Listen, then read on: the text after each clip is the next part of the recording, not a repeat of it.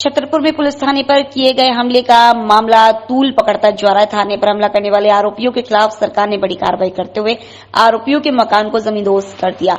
आरोपियों के घर पर बुलडोजर चलने से कांग्रेस नाराज है। कांग्रेस की ओर से विधायक आरिफ मसूद ने पत्र भी लिखा था और उसके बाद कांग्रेस पार्टी का प्रतिनिधि मंडल अब डीजीपी को ज्ञापन देने भी पहुंचा।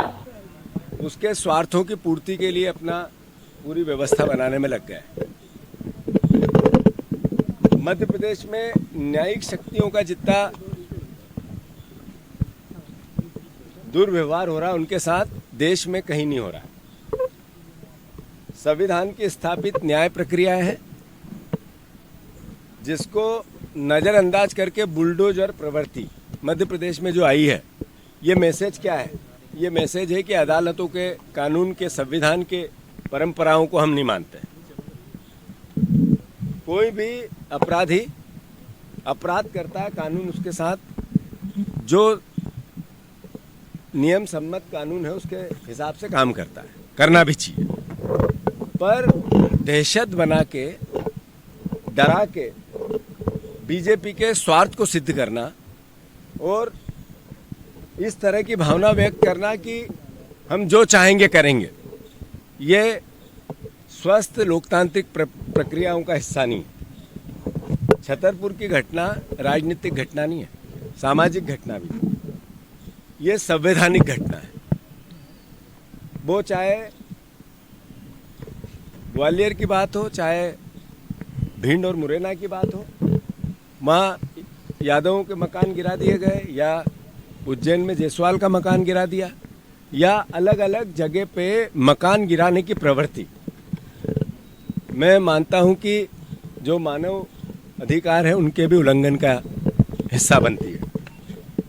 कांग्रेस पार्टी ने निर्णय लिया है कि मध्य प्रदेश में जितनी घटनाएं ऐसी हुई है जिसमें न्याय की प्रक्रिया को दरकिनार किया गया है, मैं मानता हूं उसका कांग्रेस एक विपक्षी जिम्मेवार दल है, उसका दायित्व है कि वो इसके लिए न्याय, चाहे मानव अधिकार आयोग की बात हो, चाहे चीफ जस्टिस ऑफ इंडिया को अपील करके संविधान की रक्षा को, अदालतों के अधिकारों की रक्षा की बात हो, जो अधिकारी बीजेपी के स्वार्थ सिद्ध करने में अपनी भूमिका निभाता है उसके खिलाफ याचिका की बात हो, कांग्रेस पार्टी लगाएगी। जितनी घटनाएं मध्य प्रदेश में ऐसी होती है, वो चाहे किसी जाति, किसी धर्म, किसी समाज की बात हो, जिसमें बुलडोजर प्रक्रिया का हिस्सा बनती है, मैं मानता हूं कि ये स्वस्थ संवैधानिक प्रक्रियाओं के खिलाफ है। और कांग्रेस पार्टी ने यही बात आज यहाँ के पुलिस प्रशासन को समझाने की कोशिश की। अपराधियों के खिलाफ कानून काम करे, इसमें कोई किसी प्रकार की कोताही नहीं है। पर शांति के नाम पे दहशत बनाना, ये एक अच्छा राज्य चलाने की प्रक्रिया का हिस्सा नहीं। दूसरा, जो अधिकारी इन प्रक्रियाओं में लिप्त होगा शासन और बीजेपी के स्वार्थ सिद्धि के लिए, नेचुरल है, स्वाभाविक है कि उन अधिकारियों को भी सजा मिलनी चाहिए। हम उनके खिलाफ सुप्रीम कोर्ट में याचिका लगाएंगे और मानव अधिकार आयोग भी जाएंगे।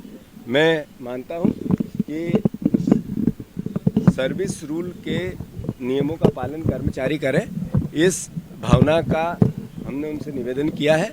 थाने पे जो टीआई होता है, अब उसको एसपी के आदेश की जरूरत नहीं, उसको वहाँ के विधायक के आदेश की आवश्यकता है। थाने पे जो जिले में एसपी बैठा है, उसको वहाँ के मंत्री के आदेश की आवश्यकता है, बीजेपी के नेताओं के आदेश की, उसको डीजीपी के आदेश की आवश्यकता नहीं। इस तरह का पुलिस प्रशासन हो गया है। मैं मानता हूँ इसमें सुधार की आवश्यकता है।